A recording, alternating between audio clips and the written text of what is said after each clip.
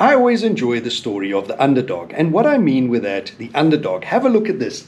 This is a tiny little factory in Italy called Benelli. And they went on to take on the likes of Honda and Ducati in the world superbikes. To give you an idea how small they are, the FIM always tells them how many bikes to produce per annum to call it a production bike. Now Honda have to produce 5,000 of a bike to call it a production bike.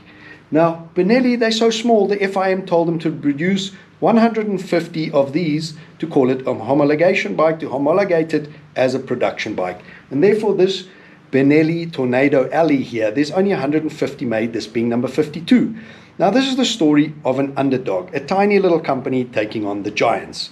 Now I enjoy the stories of the underdogs, Benelli. In my recent trip over to Italy, I went hopping around from museum to museum, MV Augusta and Ducati, Moto Guzzi. But yes, I had to go back to Pesaro to Benelli.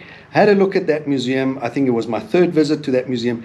And they have such a rich history, have stunning bikes, and talk about bold designs. This Tornado, a tiny company like that, R&D's, a 3-cylinder, puts the radiator under the seat, 2 radiator fans at the back that looks like turbines, really bold.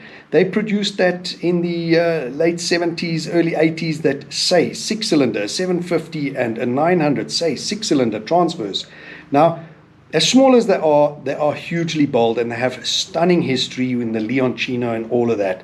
So while over there, I had to look for a dealership. And the reason I went to look for a dealership is because, sadly, in South Africa, we don't have a Benelli importer, and there are no Benellis for sale. This is a special import here. And I went to the dealership, and I wanted to share that with you because I don't know where in the world you are if you have a Benelli importer. And I really think they have stunning bikes on the market. And yes, they're still producing the Leoncino.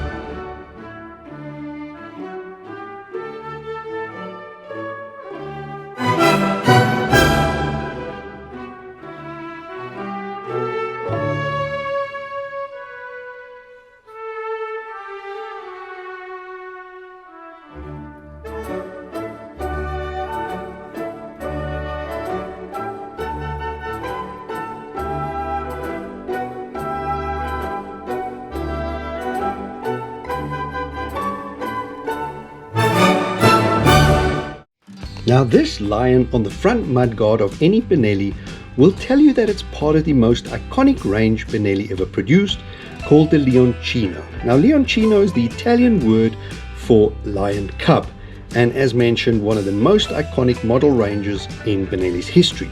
Now the story starts just after World War II. There was no transport, so Benelli decided to design this motorcycle called the Letizia, and they were produced from 1949.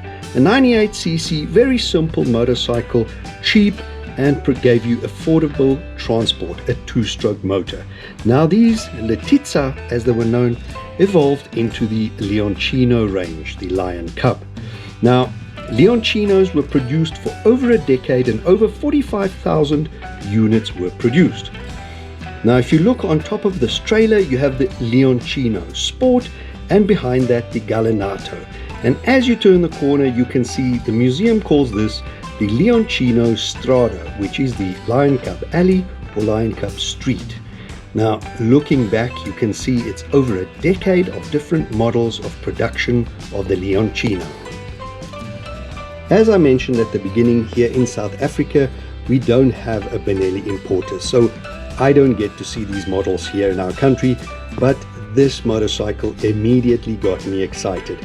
And it doesn't take a brain surgeon to work out why and what this is. This little lion cub on the front tells you it is a reincarnation, or the Leoncino range is still alive for Benelli. And if you look just below the seat over here, it even tells you Leoncino. So I was super excited to see that this Leoncino range is still alive and well, a Leoncino 800. And they are produced in a forest green, as this one is, and it harks back to the original Benelli green. It's also produced in a steel grey and a terrain brown. As we can see, here is the steel grey Leoncino 800. I mean, fully spec motorcycle. You can see it has LED lighting. It is a 754cc liquid cooled twin producing 76.2 horsepower, which is 56 kilowatts. Here the baby lion again. 68 newton meters, ABS brakes, a proper piece of kit. It does remind me a little bit of the Ducati Scrambler. All round stunning piece. Here at the main entrance they have the Leoncino 800 Trail. Now this is more of a hardcore, looks like a desert sled, desert scrambler. Very cool with panniers and accessories. Now going around the corner here you can see the Benelli Imperial 400, and this is a vintage style reinterpretation of the historical Benelli / Motobi of the 50s, produced in black, silver and red. Here we have the Benelli TRK, produced as a TRK 502, a 502X, which is the more hardcore off-road adventure Benelli. Here in the corner you have some classics, and I love it when a dealership has some original pieces harking back. As you can see, the Lion Cub, this is one of the original Leoncinos. Needs a bit of TLCs, missing a seat and needs a bit of restoration. This green one is a Benelli 175cc.